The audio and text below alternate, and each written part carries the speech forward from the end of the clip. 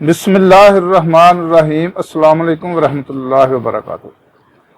ناظرین، میں حکیم خالد محمود نقشبندی مجددی ایک نئی ویڈیو کے ساتھ حاضر ہوں اور آپ سب کو اپنے چینل پر خوش آمدید کہتا ہوں۔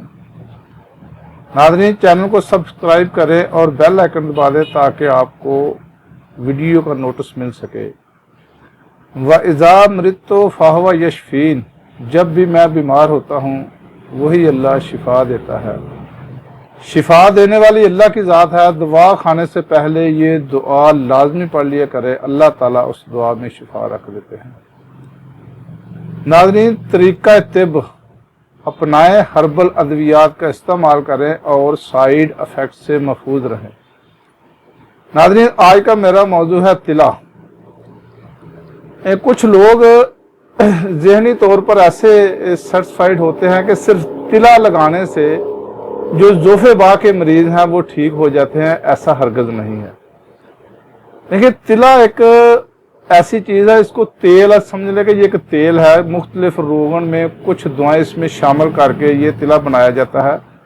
اگر تو اس میں عضو خاص میں پٹھوں کی وجہ سے کوئی ذوف ہے، کمزوری ہے، تو پھر تو ٹھیک ہو سکتا ہے۔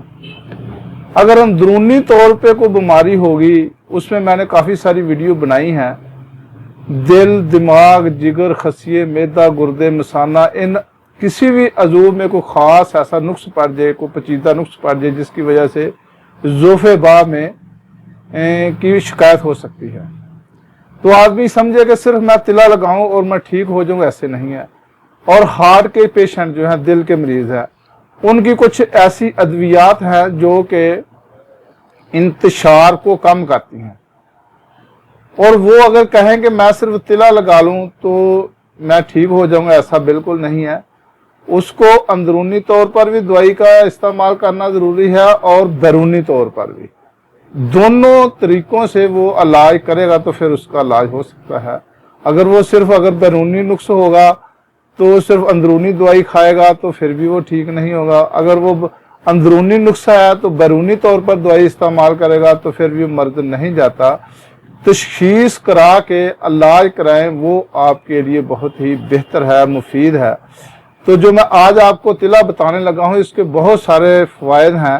اگر کسی کو بیرونی طور پر نقص ہے تو پھر اس تلا لگانے سے کافی سارے فوائد مل جائیں گے۔ اس سے پہلے بھی ویڈیو میں بنائی ہے، کیونکہ تلا کے بہت سارے نسخہ جات ہیں، ایک مرض کے بے شمار نسخہ جات ہیں، اور میں تقریباً کوشش کرتا ہوں کہ ہر طریقے کا نسخہ آپ کو میں بنا کر پیش کروں تاکہ آپ جس مزاج کے بھی آدمی ہیں وہ استعمال کریں، تاکہ کچھ نہ کچھ فائدہ ضرور ملے۔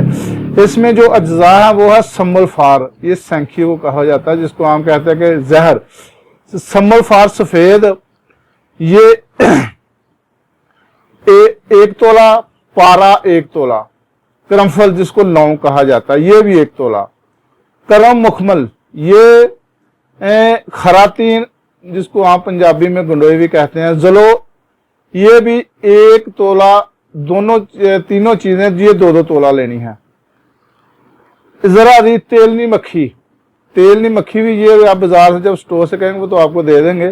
اس کا دوسرا نام ہے ذرا ری، تو ویسے مشہور نام تیلنی مکھی ہے، یہ آپ نے 6 ماشا لینی ہے۔